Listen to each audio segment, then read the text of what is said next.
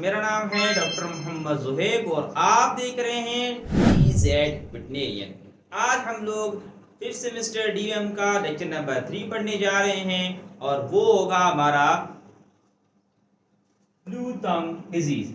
Fifth semester DVM हमारा subject है microbiology, course है हमारा वेटनरी बायोलॉजी और इसका कोड है माइक्रो 301। टॉपिक पढ़ेंगे आज हम ब्लू टंग डिजीज और इसमें हम क्या क्या क्लियर करेंगे।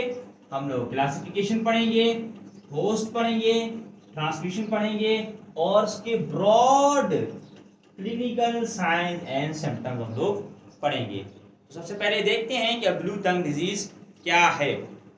ब्लू टंग डिजीज नाम से ही जाहिर है कि टंग का ब्लू हो जाना, टंग का ब्लू हो जाना, इसको बोलते हैं ब्लू टंग। और इस डिजीज को इसी वजह से कहा जाता है क्योंकि ये डिजीज जब होती है तो एनिमल की टंग जो है वो ब्लू हो जाती है।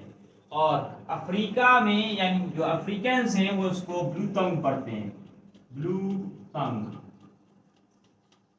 वहीं से लफ्ज निकला है ब्लू टंग डिजीज। क्लासिफिकेशन की अगर बात की जाए तो ये फैमिली, ये जो वायरस है ये रियो वायरिडी फैमिली से बिलोंग करता है और रियो वायरिडी के जीनस और भी वायरस से ये बिलोंग करता है और वायरस का नाम है ब्लू टंग वायरस। अगर होस्ट की बात की जाए तो ये शीप में मोस्ट कॉमनली होता है और वाइल्ड रूमिनेट्स में ये होता है, वाइल्ड रूमिनेट्स। कैटल में इसकी चांसेस बहुत कम हैं। ट्रांसमिशन की बात की जाए तो ये पॉलीक्वाइड्स मिट्स के जरिए फैलता है और ये हैं क्या, ये बाइटिंग इंसेक्ट्स हैं। क्या है? Biting insects.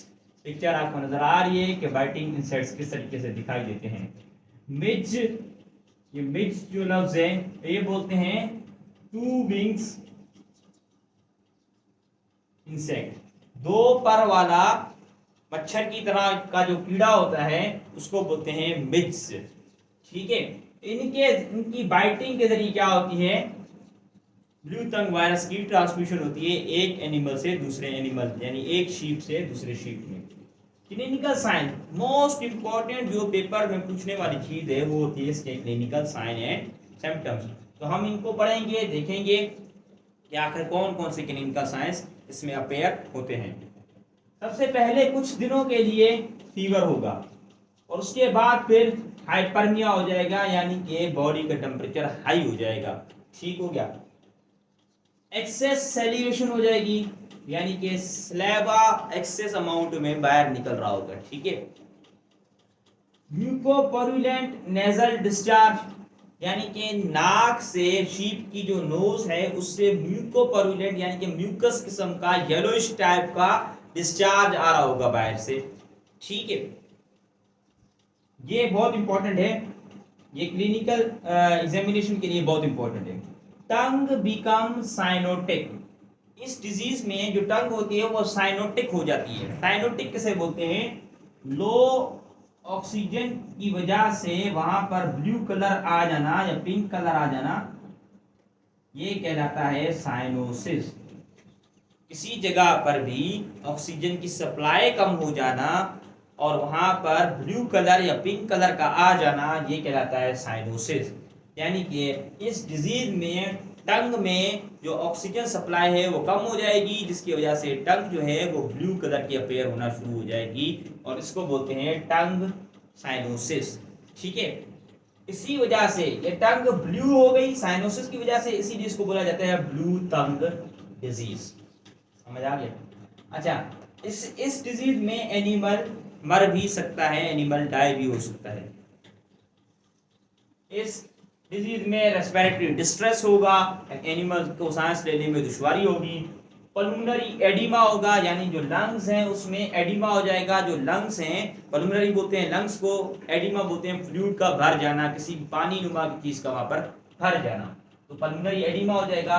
Secondary bacterial infection होगा, यानी कि ये तो वायरस इन्फेक्शन है ना, वायरस के बाद वहां पर बैक्टीरिया को भी क्या मिल जाएगा, चांस मिल जाएगा अपनी डिजीज कॉज करने का। और वो कौन सी डिजीज कॉज करेगा, ब्रोंकोनमोनिया। नमूनिया बोलते हैं inflammation in lungs, inflammation in the respiratory system, उसको नमूनिया बोलते हैं। तो ब्रोंको नमूनिया हो जाएगा, यानी ब्रोंकाई में भी क्या हो जाएगी, इन्फ्लेमेशन हो जाएगी और लंग्स में भी इन्फ्लेमेशन हो जाएगी।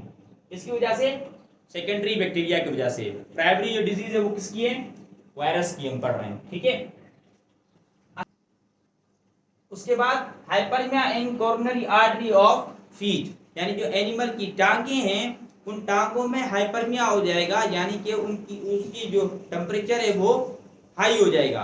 टेम्परेचर हाई होने की वजह से वहां पर क्या हो जाएगी, रिकम्बेंसी हो जाएगी, एनिमल अपनी टांगों पर खड़ा नहीं हो सकेगा, वो बैठ जाएगा और रिलेक्टेंट टू मूव, और वो मूव करने से कासिर हो जाएगा, वो अब मूव नहीं कर सकेगा।